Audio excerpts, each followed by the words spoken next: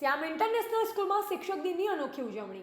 કોઈપણ ઉજવણી શ્યામ ઇન્ટરનેશનલ સ્કૂલમાં નવા પરિરૂપમાં થાય તેવી પહેચાન થઈ છે તેવી સંસ્થાના ચેરમેન ડૉક્ટર બંકિમ શાહના માર્ગદર્શન હેઠળ શિક્ષક દિનની ઉજવણી ઇંગ્લિશ મીડિયમમાં એક નવા પરિપ્રેક્ષ્યમાં કરવામાં આવી, જેમાં વિદ્યાર્થીઓના માતા પિતાએ શિક્ષક તરીકે ફરજ બજાવી.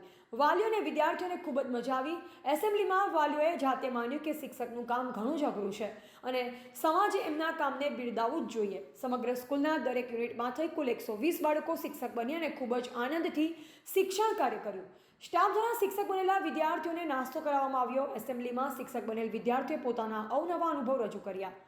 આચાર્ય ડૉક્ટર રશ્મિન રાવલે સમગ્ર શિક્ષકોને અભિનંદન અને શુભેચ્છા પાઠવી. ચેરમેન ડૉક્ટર બંકિમ શાહ અને ડાયરેક્ટર શ્રી સતીશ પાટીલ દ્વારા શિક્ષકોની ગરિમાને વાંચ આપવા માટે સ્ટાફના દરેક શિક્ષકોને એક શુભેચ્છા પત્ર અને પેન ગિફ્ટ આપવામાં આવી. અંતે કેક દ્વારા મોં મીઠું કરી ખૂબ જ ઉત્સાહ અને આનંદથી શિક્ષક દિનની ઉજવણી કરી. રિપોર્ટર મનોજસિંહ સોલંકી, ખેડા.